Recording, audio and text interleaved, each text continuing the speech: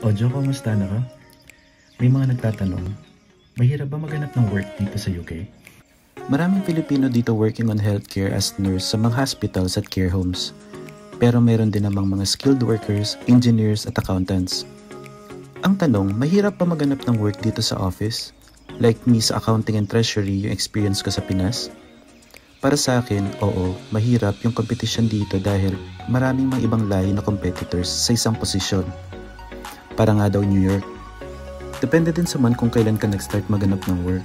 Dumating kami dito sa UK ng September, which is summer, so almost lahat ng HR at hiring managers nakabakasyon. Sinusulit kasi nila dito yung holidays ng mga bata. Dahil di basta-basta makapag-travel at bakasyon kapag may pasok. Alam niyo bang malaki ang multa ng mga magulang dito kapag hindi valid yung reason ng pag-absent ng mga bata? It took me 3 months before ako nakapag-start sa bago kong work sa London. Nakaka-depress nung una dahil sa dami ng rejections. May mga applications nga ako na final interview na at 2 na lang kami sa pagpipilian pero hindi pa rin ako yung nakuha. Pero importante doon, apply lang ng apply. Nahasa din yung confidence ko dahil sa mga unang interviews ko. Isa pa, prayers can move mountains, diba? So huwag kalimutan yung prayers.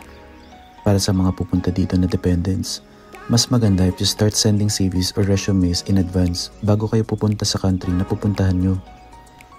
Yung hiring process dito is different compared to the hiring process sa Pinas.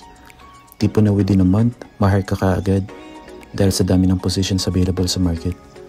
For those who just arrived and still trying to find a job, kaya nyo yan, adya.